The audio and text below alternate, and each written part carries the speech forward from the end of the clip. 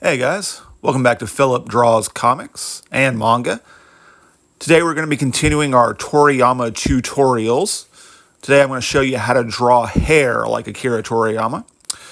We're going to walk through main characters Goku and Vegeta and their sort of never-changing hairstyles. And then we're also going to look at Gohan, Yamcha, Trunks, and Bulma to kind of mess with their ever-changing hairstyles.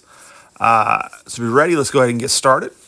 We're going to start here by drawing a sort of standard Goku face. And I want you to take note of, we've got 1, 2, 3, 4, 5, 6 chunks of hair that wrap around Goku's face. The two main bangs hang down the middle, and then he's got 2 bangs hanging off each side. Now we got a little, image got a little big here, so we're going to shift down.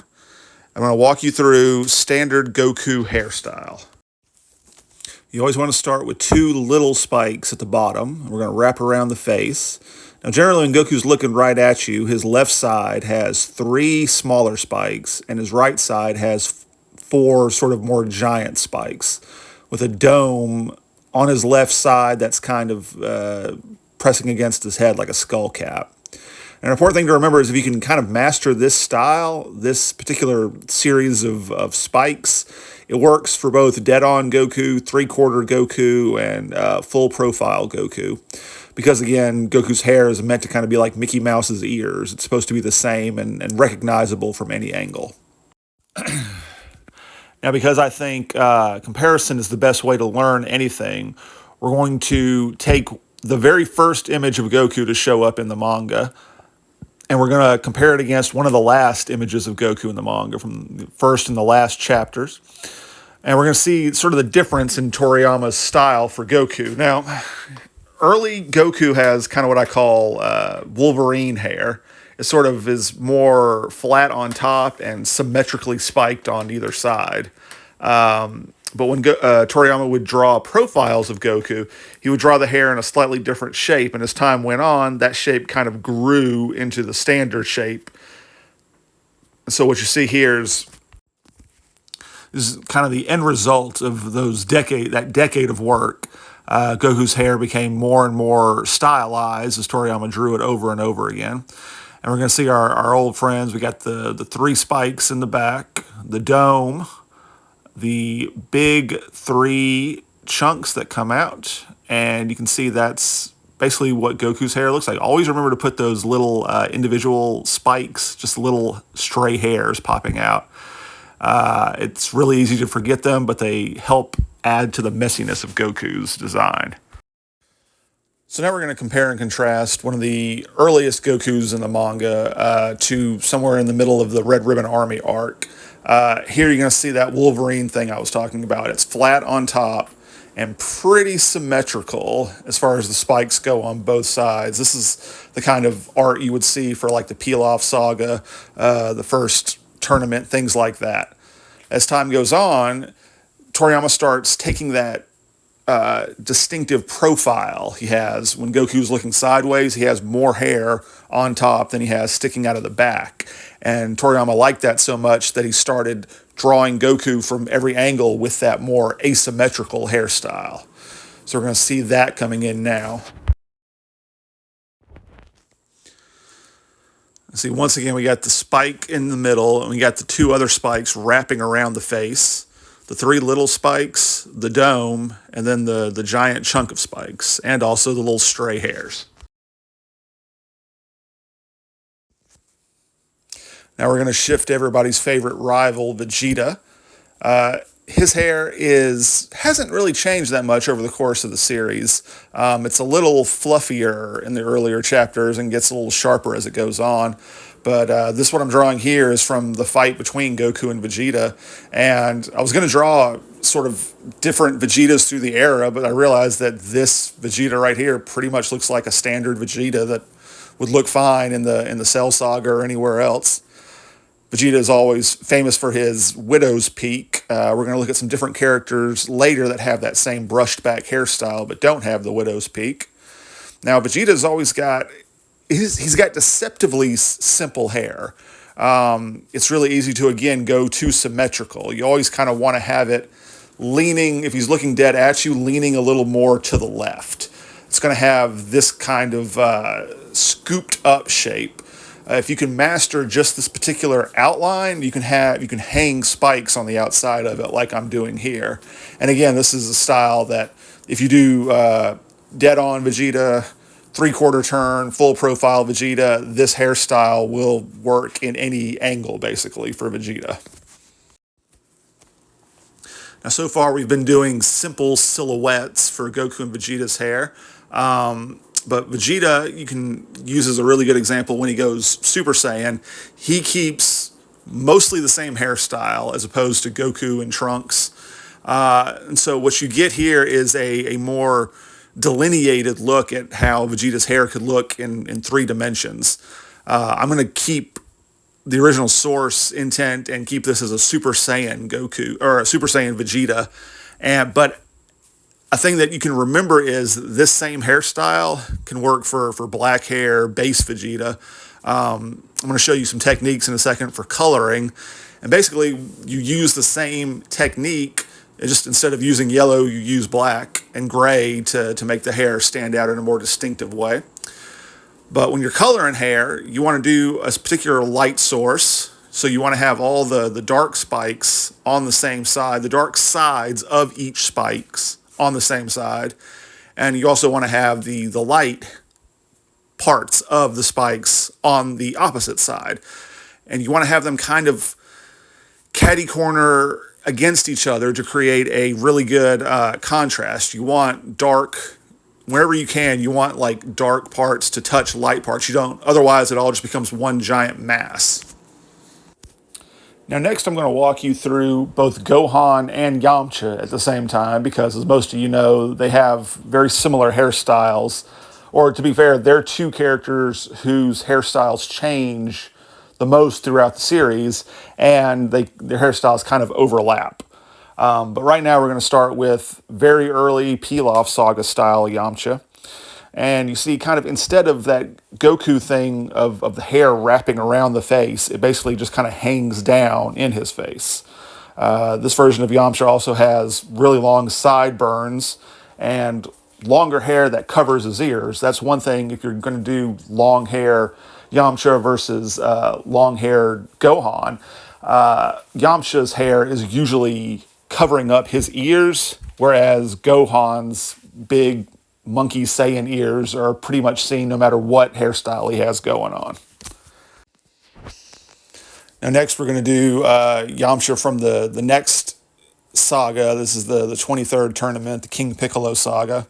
And you're going to see, basically, you're going to draw the same thing you were drawing last time, but you're going to make some changes.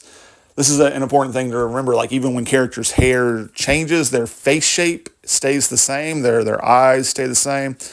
And pretty much from about the ears up, this version of Yamcha is going to look pretty similar to the one we just drew. It's just when we get down to where the hair is shorter, we're going to see some difference. See, like right now, I could keep that hair going and I don't have a fine long-haired Yamcha, but I'm going to cut it there at the bottom and keep the ears hid. And we've got a more sort of respectable going about the city Yamcha versus the shaggy hyena Yamcha that we had in the last one. Now let's look at some Gohan. When it comes to Gohan faces, they're pretty easy. You basically just draw a Goku face and change the hairstyle.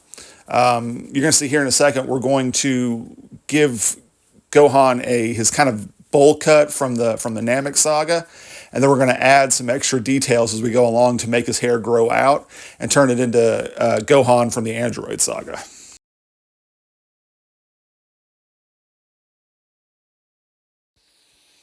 One of the things I like best about Toriyama's style is how modular it is, that you only have to add a few things or take away a few things from a character to make it a completely different character or make it the same character in a different saga. So like you see the bowl haircut Gohan, when you add hair hanging off the sides and you add the hair on the back, it becomes a shaggier hairstyle. Now you can really, it's hard to tell now, but we're going to go through and add some more black into the image. And it's going to blow your mind how much it changes the character. It's almost like an optical illusion. You really don't need a whole lot to change one character into a different character, or change one era of a character into a different era of the same character. Some things are the same throughout each character, and some things change. Now here we're going to draw, probably, again, most people know the Yamcha during the Android saga and Majin Buu era Gohan have similar hairstyles, but there are some pretty key differences. Yamcha's hair is more like brush-like. It's like flat on the sides, and a lot of times it's drawn with symmetrical spikes on top, kind of like J. Jonah Jameson from Spider-Man. But Gohan's is more asymmetrical, and the spikes and everything start lower. And once again, you see at this point that Gohan's face is basically just Goku's face. You could have drawn Goku from that base face pose, and it wouldn't have made much of a difference. But Gohan gets that extra bang that Yamcha lacks, and a little extra stray hair hanging down too. Next, we're going to go with Mystic Gohan, also known as Ultimate Gohan, from the very end of the Buu saga. You'll note that the face looks different than the one above. It becomes essentially a Vegeta face, or a Bardock face. It's got that mean, angry Saiyan face going on there. Everything about Gohan's face changes, honestly. He loses the baby fat. He becomes harder. It becomes not quite Vegeta and not quite Bardock. It becomes its own character. It honestly becomes more like how I'd imagine Toriyama would draw Superman if he was drawing him seriously.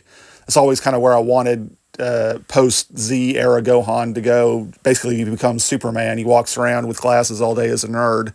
And then when crap goes down, he turns into a hero and saves the world. He's even got the big spit curl there, like Superman. A thing to notice when you're looking at this version of Gohan, Ultimate Gohan is the only one that has that little spit curl that you see under the bang popping out there.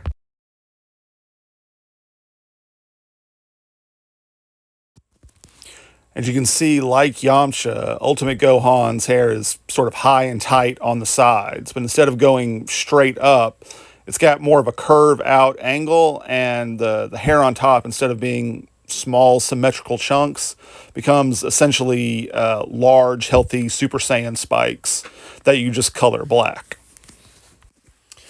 So it's worth noting, and as you can see here, there's really no validity to the idea that Gohan's look doesn't change when he goes from regular form to Ultra or Ultimate form. There's some pretty big, steep differences there.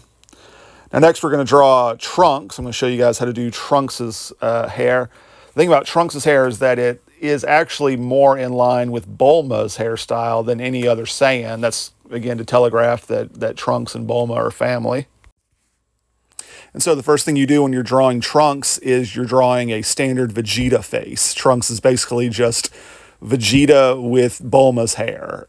You put extra dots in the eyes to give them pupils that most Saiyans don't have. When you're looking at Trunks dead on, his forehead is about the same length as the bridge of his eyes down to his chin. And then you copy that same length again to get to the top of the hair.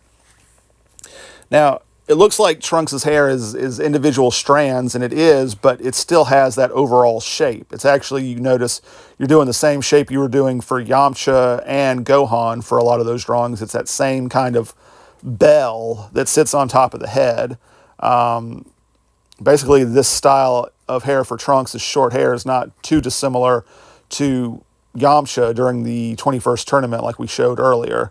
The difference is you don't color it black, and you make sure the ears are showing, because with Saiyans, you always see their ears, pretty much no matter what. Now, if you want Trunks' hair to go long, all you have to do is increase the length. Now, you'll note that when it's short, when it gets towards the end, the hair gets a little more mussed up. The lines become at various angles. But the longer it gets, I guess theoretically, the heavier his hair gets.